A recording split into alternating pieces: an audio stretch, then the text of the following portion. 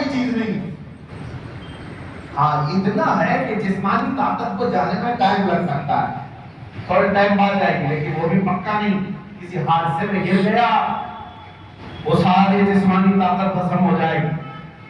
لکوا مار گیا تو بڑا سڑا پہلوان بستر پر آ گیا, کچھ نہیں ہونے والا. میں نے سعودی میں دیکھا ہے بہت ہٹے کٹے آدمی کو کوما میں ہے بیچارہ, اب تو گل گیا, لیکن جس وقت کوما میں آ گیا تو صرف ایک اٹیک کچھ ہوا, کوما میں چلا گیا, جسم پورا گل گیا, ختم ہو.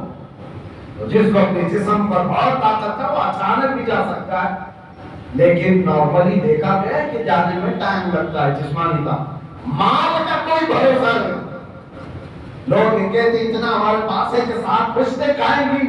ہم نے اس گھر کو بھی دیکھا, اس کا خود بیٹا 10 روپے کی بھیک مانگتا ہے, جس نے یہ کہا تھا کہ اتنا میرے پاس ہے کہ ساتھ پوچھتے کھا سکتی ہیں, اس کا سگا بیٹا آج 10 روپے مانگتا ہے.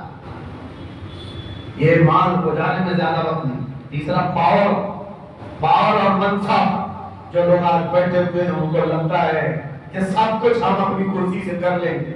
تمہاری کرسی کو ہلنے میں دیر نہیں لگتا. تمہارا ظلم جو ہے یہ دیمک ہے جو اس کرسی کو کھا کر ختم کر دے.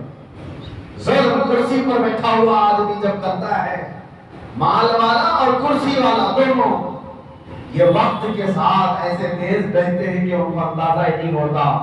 انہیں پتہ نہیں ان کے ظلم کے شکار مظلومین کی آنیں اللہ تک جا رہے. رب تبارک و تعالیٰ قرآن میں فرماتا ہے کہ اللہ تبارک و تعالیٰ ان کے کاموں سے بے خبر نہیں.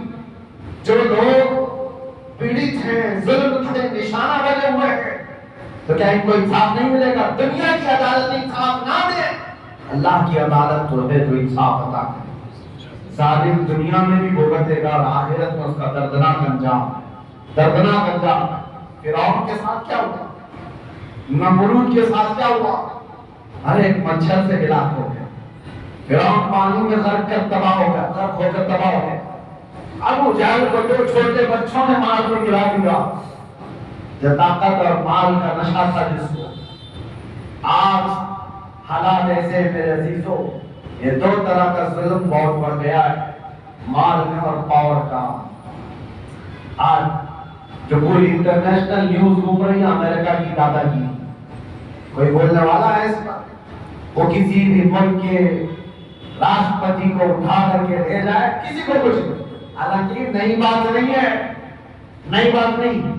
پاور ہے نا, طاقت ہے, نشہ ہے, وہ کچھ بھی کر سکتا ہے. یہ پہلی بات نہیں, ایسے کئی ملکوں کے ساتھ ہوا ہے.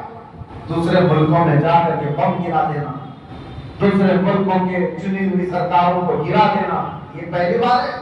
جہاں سوشل میڈیا پر گردش کر رہی باتیں وینزویلا کے ساتھ ایسا ہوا ویسا ہوا.